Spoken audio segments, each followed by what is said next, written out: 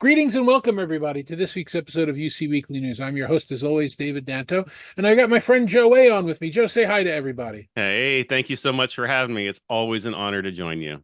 And Joe, remind people if they don't know if they don't know you, they've been under a rock. But give everybody, you're at UCLA. What are your titles? What are you doing with HETMA? What are you doing nowadays? Well, you maybe people don't know, even though it has been a year that I've been at UCLA. It doesn't feel like it, but it's now coming up on a year, which is just crazy. So yeah, I am the executive director at digital spaces at UCLA. Greatest title ever. Tells you nothing about what I do. Basically, that just means that I oversee all of our spaces across the enterprise, whether they be classrooms, conference rooms, digital signage, our live event spaces, our conference buildings, all of our four campuses, et cetera, our virtual spaces and all of that. And there's probably a lot. Oh, our live streaming service. There's other stuff in there. So I oversee all the teams that do that across the enterprise, also winding up and working on the 28 Olympics that will be coming in a few years. So that'll be fun. And then also with Hetma, I am stepped down from the chair position, so it's fantastic. So I am now just co-founder, no longer just co-founder and chair, but still active and on the board and everything, of course. And so I get a great opportunity to just relax, sit back, let the organization take form on its own, and run our golf tournament we're doing in 4 weeks. So there we go. That's going to be a fun. There's my fun. I can do it for fun now. Awesome. That's terrific. So I know you want to sit back and relax, but I'm kind of not going to let you today because I'm putting quite a bit of weight on your shoulders. There have been a number of debates online, some things that I brought up, some topics that I wanted, and a lot of people are saying they don't understand how the end user feels. So I'm making you represent all of the end users, I will mostly represent them mostly all of because them. you're willing to. There are a number of other people at some very large enterprises that said, geez, Dave, I'd really love to talk to you, but I can't get permission. So, and you know who you are. But I did want to have a chat with you. And you don't have to echo my opinions just because you're a guest on the show. Lord knows we're good friends and we disagree about many things anyway. Why don't we take these on one at a time and see how you feel? So the first question that I had was this concept of white labeling, which is if you're buying and you're responsible for choosing and buying a lot of AV products over the course of what you do in all the various entities you work with. And I think that buying a product from a company with a reputation is important. And I would think you would agree with that. You want to make sure you Yes. have a relationship with them, that they know what they're doing, whatever. There are companies out there now that are starting to make products that they don't have any skill set in. And in some cases, and we were talking before we started recording, who's manufacturing the components for them, and you have a trust factor there. But in many cases, especially companies that are using an ODM and just white labeling the product, they've had no say in how it's built. They went to this other company and said, "Make me a car, or make me a video conferencing bar, or make me a sound mixer," and they got it in, and they slapped their label on it and said, "Look, we now have a video bar," and from my end user days, that kind of stuff bothered me, but I'm not sure how you feel about that. What's your take on that space? Yeah, I got multiple thoughts on it. Like my first instinct is, okay, so what? Right? Because in the end, it's the company I'm buying it for who's responsible for it, whether it works or not, right? And if it goes south and it doesn't work, I'm going back to X big name that threw their name on it, not the company that made it somewhere in Shenzhen or something along those lines, right? I'm going to them. They're the ones responsible, and it's their reputation on the line to me if they want to keep me as a customer to make sure that's right. Flip side, I do tend to agree with you though that hey, if you do great, great microphones and you do great speakers and you do great cameras, stick to that. If you do great control systems, stick to that. And I don't mind buying pieces of this or that to have the right things. So I do believe that the market is getting saturated with companies that want to do everything. And I get it, right? Business model is keep everybody in our little ecosystem, keep everybody in the chain of our family. And if they're already kind of buying a this, why don't we match it with a that because they're gonna do it? So I get it. Um, so yeah, how was that for a long no answer? That was a Well, yes and a no. I see both. I see both sides.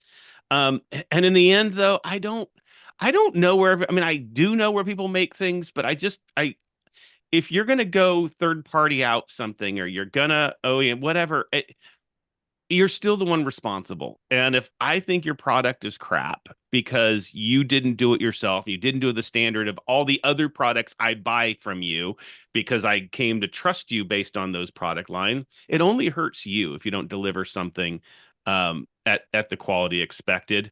Um, but that said, I tend to use companies that do the right, if I'm looking for a microphone, I'm going to a trusted microphone company. If you do cameras, I'm going to a trusted camera company, right? And displays, the same thing. So but I get it. I Well, get it. And it, let's clarify. Let's assume, which is probably not true, but let's assume that whatever the product is, it works. That there's no question about the fact that you press the button, the light comes on, and it does whatever it's supposed to do. Let's assume that even if the company that's not doing any of it but slapping their label on it, plug the damn thing in and see if the thing works. So I'm not talking about the fly by night stuff. I'm talking about well built items. yeah. When you buy it, if you know it's not being made from the company, by the company, or engineered by the company you're buying it from, do you want to evaluate the quality of the company that's engineering and manufacturing it? And I'm not saying they should do it or they shouldn't do it. I'm saying, as a buyer, should you know? Is that something that should be in the information they provide to you, as opposed to it being a mystery? Oh, oh gosh. See, I'm still here's the thing. My instinct wants to say yes to you. It does. I feel like, Oh, oh I don't want yes, you to of agree course. with me just to No, agree with me.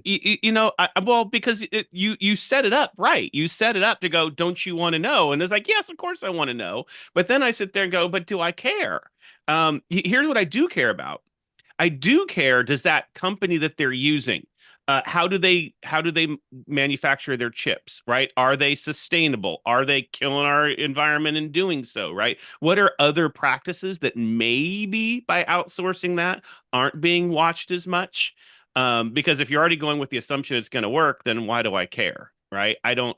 Um, and I don't know. I just make the assumption, right or wrong, that companies that are let's call them the A class of companies are already going to vet these things themselves, right? I would hope, and I probably am very wrong on this, that they wouldn't want to ruin their own reputations by not doing their own, you know, uh, due diligence when finding somebody else to manufacture for them. I'm probably Okay. way wrong on that, but I Yeah, would hope that. I think there are a number of considerations. That you'd need to think about. And I'm assuming that you would think about it. You would think about, how are you going to manage these devices on your network? So Yeah. if you're using a management system from whoever you're buying your video products from, and now the company that you had been buying your speakers from, now has a video product, will it work with the management system that you're using? And if it doesn't, Absolutely. so, but again, to me, it comes down to, if I'm buying one of something, I don't care. If I'm buying two of them, fine. It's going to be those two rooms. Let's see how they work over the next, year, 2 years. Let's see what the longevity is. And if they don't work really well, fine. I got some other spares over here. We'll swap them out quickly. If I'm buying 100 of something or 1,000 of something, I want to know what the quality and the Yeah. conditions are in the factory, and if the chips are meeting, the federal regulations. Are they chips that are allowed to be purchased and sold in the U.S.? And it's I kind of want to know that. And Yeah. and and your point, which I completely agree with, is, would it affect my decision? If there were no skeletons, it wouldn't affect my decision. But if it's being hidden from me, why? Yeah. Why would you say, we make microphones and now we're buying our video products from this company, and here, take a look at the factory? I kind of want to know that.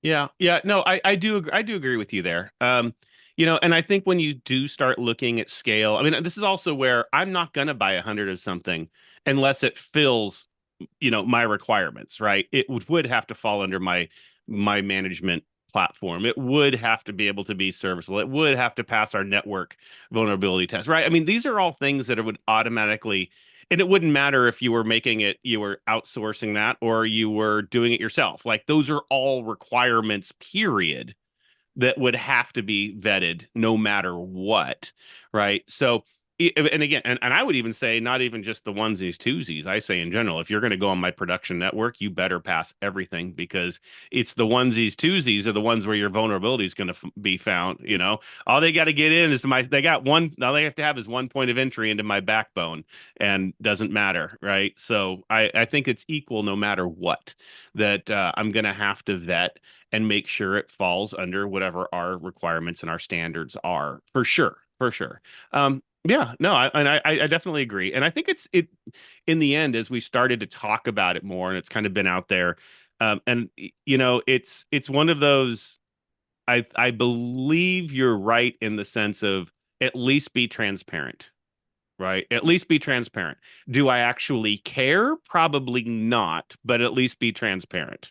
Okay, so we agree at that point is that Yeah, there's no need for the subterfuge, especially, I use an iPhone. An iPhone is made by Foxconn in China. It doesn't mean I think of Apple any less or any more for that reason. It's just I know because I deserve to know. I yeah, deserve to know that that there are people not committing suicides in the plant anymore, and it's not child labor and things. So, all right, so we absolutely. agree on that one. So I'm glad. I appreciate your viewpoint. Not everybody shares that viewpoint. More than happy to hear from anybody who wants to come on and give agreement or disagreement to those points. Everybody is welcome to come and chat about it. And I have a number of threads on LinkedIn that you can always join to talk about that as well, or just message me. So then the next point that I made that was a bit controversial was the idea of what's going on with microphones. Now, you're a student of AV. I'm a student of AV for many years, and we understand sound waves and sound pressure level, SPL, and all the other sciences around it. And ultimately, the science is that if you put a microphone next to somebody's mouth, it sounds good, and the further away it goes, the worse it sounds. That's just the nature of sound and sound waves and how they work. And the further Math. away they go, the more waves and other things can interfere with it and whatever. So we've always had a problem. I was building conference rooms before you were in the business, and the ideal way to build them is with long gooseneck microphones that are just an inch or two away from the people talking. And what they became was breakables. People would bat them around and move them aside, move them out of the way, and rip them off the table. They'd break once a month, and you'd have to keep replacing them. So that didn't work. So then we put little button microphones on the table, and that didn't work because then you open up a piece of paper and it sounds like you got thunder showers, going by and noise. So that didn't work. So then we put short shotguns, little twiddle microphones on the table, and that's what they turned out to be. They were, the first fidget spinners, twiddle sticks. People would snap them off all the time. So ultimately, we came down to a couple of solutions. When I was around, we were doing large, heavy microphones down the center of the table that were hypercardioid. Nowadays, what you do is you put a ceiling tile microphone in the room, ceiling arrays that do a pretty decent job picking up sound, and sometimes they double as speakers as well. And it produces some really good sound, and it's a bear to put them in many cases because it's a lot of stuff in the ceiling of a conference room. There's sprinkler heads, there's HVAC ducts, there's lighting, there's power. Now you got to bring network up there for PoE. You've got, probably the fire alarm and other things. And what was happening was you were getting in the way of the architectural design of the room. It had to be very tightly coordinated. And I remember good friend of mine that does audio was telling me about how he went to one of the large banks, and the architect was telling him, "Oh, don't worry about it. We reserved a space for you in the back corner of the room ceiling called the tech zone, and that's where you put your microphone." And it's like, it doesn't work back there. It's got anyway. What I've heard from Neat and a few other companies making video conferencing now is they're stacking AI audio algorithms on, Mhm. and you take a microphone that array that just sits on the table in the front of a room, and you fire up these stacked AI algorithms. All of a sudden, it sounds like you got the hand mic in front of your mouth again. So I'm asking myself if that's where this technology is going with sound cleaning and the various couple of dozen AI algorithms, who's going to deal with the coordination up in the ceiling? Ultimately, maybe I'm just going to put some in the front of the room and maybe on the side wall of the room and let AI clean it up, and I don't have to worry about the coordination. And a lot of people got offended by that. And one of the things that's interesting about AV, I wrote a paper, you'll see it come out in a little while, is we are so dramatically changing the technology on a constant basis, yet we're so resistant to change. We hate it when something new Mhm. happens. We want to stick with the old, myself included. So, having given that long speech, where are you on the concept of what's going on with AI and audio algorithms and ceiling microphones? Yeah, to me, it's the best thing that has happened to audio, especially in a classroom setup. All of them are out there. I mean, I can think all of the major players are doing incredibly good work. Incredibly good work. Every single time I test a new solution, it outperforms what I expect it to do. Um, and that just kudos to all the top players out there. And You can name names. It's okay. no, Nobody. I mean whether I mean if you take the Sennheiser TCC2 and you take the Shure 902, you take Nereva, if you take the Yamaha, I mean they're all four that are fantastic at what they do. They really are, right? And you've got different, right? You got that you take Nereva, you got it on a wall, right? And you got the others, they're in the ceiling, right? I mean, um, and I think that you really can't go wrong with the way. And again, it's like they're taking the technology and then using the, let's call it quote unquote AI. They're using, they're manipulating the sound wave to make it sound right, right? And kudos to them because I look at like the classroom situation, right? And I'll say, let me back up a little bit. I'm not so concerned about, hey, what's the infrastructure to throw a ceiling mic up there and get in there? Half the classrooms are drop ceilings anyway. I'm running up like most of the time, unless I have a historic building, it is not an issue. So, I'm going to throw an asterisk to go 95% of the time. It doesn't matter whether I go wall, I go front of table, whether I do, one that's built into an all-in-one display, a need or a detail. You know what I mean? It doesn't, in most of the time there's a solution that is easy to do for the space that I'm doing it, right? Outside of historic buildings where I gotta be careful, right? Um, but I sit there and go, look, I think the day of the microphone sitting on a table is dead and should be dead. I get certain use cases, absolutely. But I think the way that they have worked, and I've seen a lot of them where, when you are now able to do exclusion zones, right? And you can take the ruffling of a bag of potato chips opening up is now out, and you're not catching that. These algorithms are smart enough to just capture the voice itself. Is really impressive. And I think from a classroom design perspective, it makes it a no. I don't know why I just thumbs up everybody on the video. There you go. It makes it really, really easy to design um, and install, right? Because now I'm handling everything within a software, right? It's get it up there, get it in the optimal position. Um, I do think that there's a sense where, I'm going to go to your example of throwing something in the front of the room. We're not yet to the point where you're going to get equal sound, right? The person in the back, if you've got that executive conference room that's 10 seats long and you're just throwing the all-in-one display or the sound bar, or the microphone array at the front, we're not quite to the point where you're going to get them equal from the front to the back person. But there are good solutions where you can do multiples, right? Like you said, along the sides or things like that. But I look at the ease of install. I also look at the taking away from the user having to do anything. And that's what, that was your example, right? How many times you got to hit, sure, you put the microphone on the table where you got to hit the little button. Well, now you got to hit the button, and someone's got to then remind people you need to hit the button, right? And then you've got the next, the ruffling of paper, all the things that you said that now we can get rid of. And it's just the microphone works. We just put a ceiling mic in just the office of our vice chancellor. And because he was just saying he was having a hard time, he has an all-in-one display, but it just wasn't quite right because sometimes he moves to the table near the all-in-one display. Sometimes he takes the meeting back from his desk that's toward the back wall. One central ceiling microphone fixed all of that, and he get it's compliment after compliment that he gets, and that is really, and that to me is the best thing. That it just, I know I'm starting to talk in circles. I'm making your your really short question a very long answer. But Never yeah. criticize you for what you're saying. You know, your point of view is the reason why you're on here today, and that's certainly very appreciated. I'm thinking the only case that you're not accounting for, and I perfectly accept everything and agree with everything that you're saying.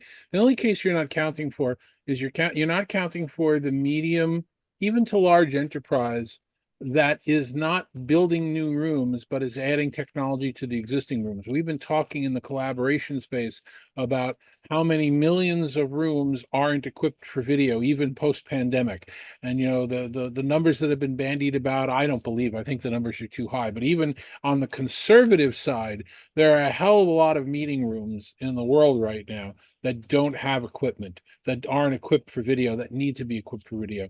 And I'm just thinking that if the choice is hire an AV integrator, hire an electrician, hire a general contractor to deal with the ceiling tiles coming in and out, maybe having to bring in an HVAC person, you know, get around a duct, maybe a sprinkler. I don't know, the general contractor's world is there.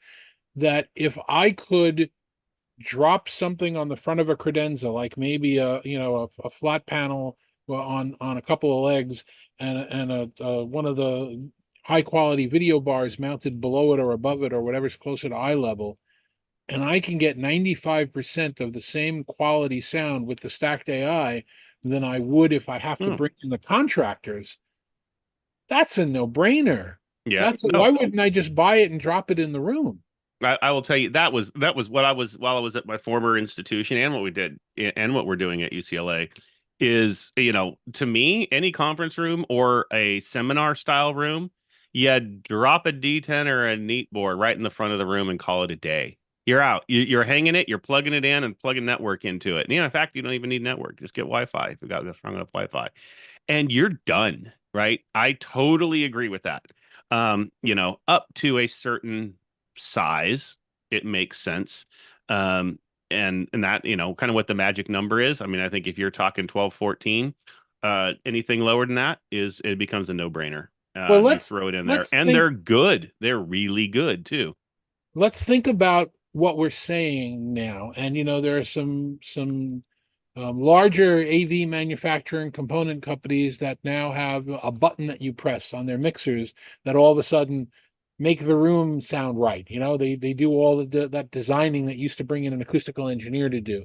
Um, and I'm a visual thinker, so forgive me, but I'm sure you'll come along with this. If we think of a scale from say 0 to 10, okay, and 0 and 1 is just like a little two-seat huddle room, and let's say 10 is a 10,000 person auditorium with a top table and a board and cameras and everything else. That slider, what you can just buy and drop into the room versus what you really need to bring in, maybe a consultant, maybe an AV, integrator, maybe some combination of both. I would say for most of my career, that slider was around 2. Once it gets past 2, you've really got to bring in an expert. I would say in the last 10 years, that slider has inched its way up to like 5. And I would say right now it's hovering around 7. Mm, In that, yes, the complex rooms need more talent, more integration, more design, more skill and experience. But how do we define a complex room versus a simple room? Or to say that another way, wouldn't a 14 seat room, six seats aside and one in front and one in the back, wouldn't we have considered that a complex integrated room 5 or 10 years ago? And now we consider it a drop in room.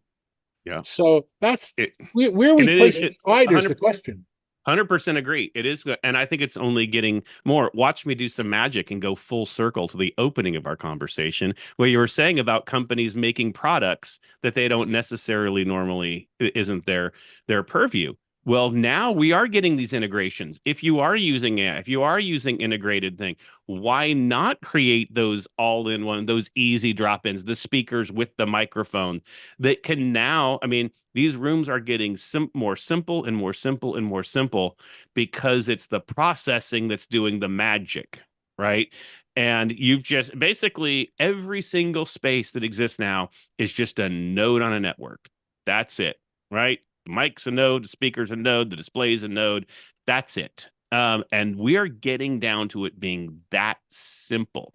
And if you can now just have someone, an internal facilities team, or someone walk in and go, "Hey, I just need you to get this and that drop ceiling. I need you to, to literally hang and bang this display on this wall." This like, or as you mentioned, we can get, direct view. I think we talked about this before we hit record, so I won't go too. I'm going to go full, sir. But you direct view LED, right? You easy piece some of these things together. That they weigh nothing nowadays. You don't even need real backing much anymore. You should safety, but I'm saying you almost don't, right? So I'm sitting here thinking it's only getting more and more to where the value of that actual integration team in the space, you're absolutely right, the slider is moving, but then that just adds I mean, now you have to think it's the back end, it's the programmer, it's the people who are configuring, it's the people bringing it onto the remote management system. How are you going to support that, right? You're just moving the needs to a different column, right? Doesn't mean that it's not there. You're just moving it to a different space, and that space might be someone who's sitting halfway across the world, right? Who's just Well, sitting at a desk managing I it, right? I spoke with Biamp in detail at, not to call out a vendor, but I might as well in this case. And there's nothing bad or good about it, but I spoke with them at Infocom, and they've got a button on their audio devices that sends out white noise, pink noise, whatever the spectrum is, to tune the room.